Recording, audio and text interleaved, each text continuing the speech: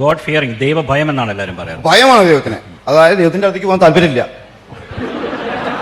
അതാണോ? അല്ല, ദൈവത്തിലേക്ക് പോകാൻ മരിക്കാൻ ആർക്കും താല്പര്യമില്ലല്ലോ. മരിച്ച പോണത് ദൈവത്തിന്റെ അടുത്തേക്കല്ലേ, ഇഷ്ടം ദൈവത്തിന്റെ അടുത്തേക്ക്. മരിക്കാതിരിക്കാനല്ലേ നമ്മൾ ശ്രമിക്കുന്ന കഴിയും. അപ്പൊ ദൈവത്തിന് ഇഷ്ടമല്ല.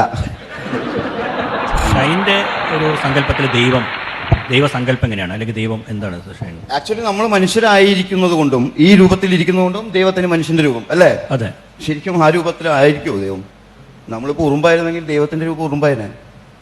നമ്മളിപ്പോൾ ആനയാണെങ്കിൽ ദൈവത്തിന്റെ രൂപം ആനയായിരുന്നേനെ അല്ലേ? നമ്മളുടെ ഇപ്പൊ ഏത് രൂപത്തിലാണോ അഹം ഞാൻ, ആ രൂപത്തിൽ തന്നെയാണ് ദൈവം എന്നാണ് നമ്മൾ വിചാരിക്കുന്നത്. ആക്ച്വലി ദൈവവിശ്വാസികളാണോ? ചേട്ടൻ ദൈവവിശ്വാസിയാണോ?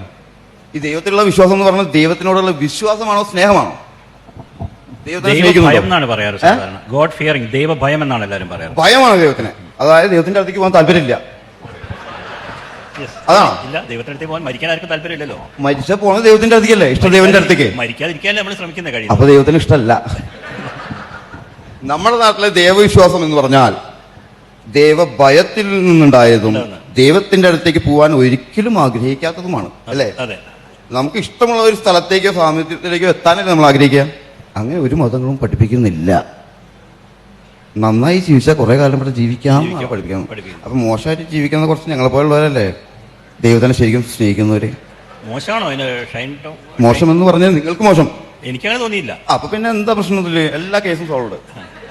എനിക്കങ്ങനെ നമ്മൾ എന്നോട് പറയും, നീ എന്തിനാണ് ഈ വലിച്ച് സ്വയം ശരീരം കേടാക്കുന്നതെന്ന്.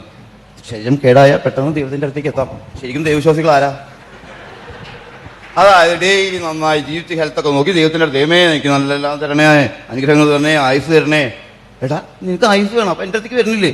ഇന്ന് ദൈവം ചോദിച്ചാൽ എന്താ ചെയ്യാം നമ്മള്? അയ്യോ അത് വേണം, ദൈവം അവിടെ ഇരുന്നോ, ഞാൻ അവിടെ ഇരുന്നോ അല്ലേ? അത്രേ ഉള്ളൂ. അത്രേ ഉള്ളൂ നമ്മുടെ വിശ്വാസം.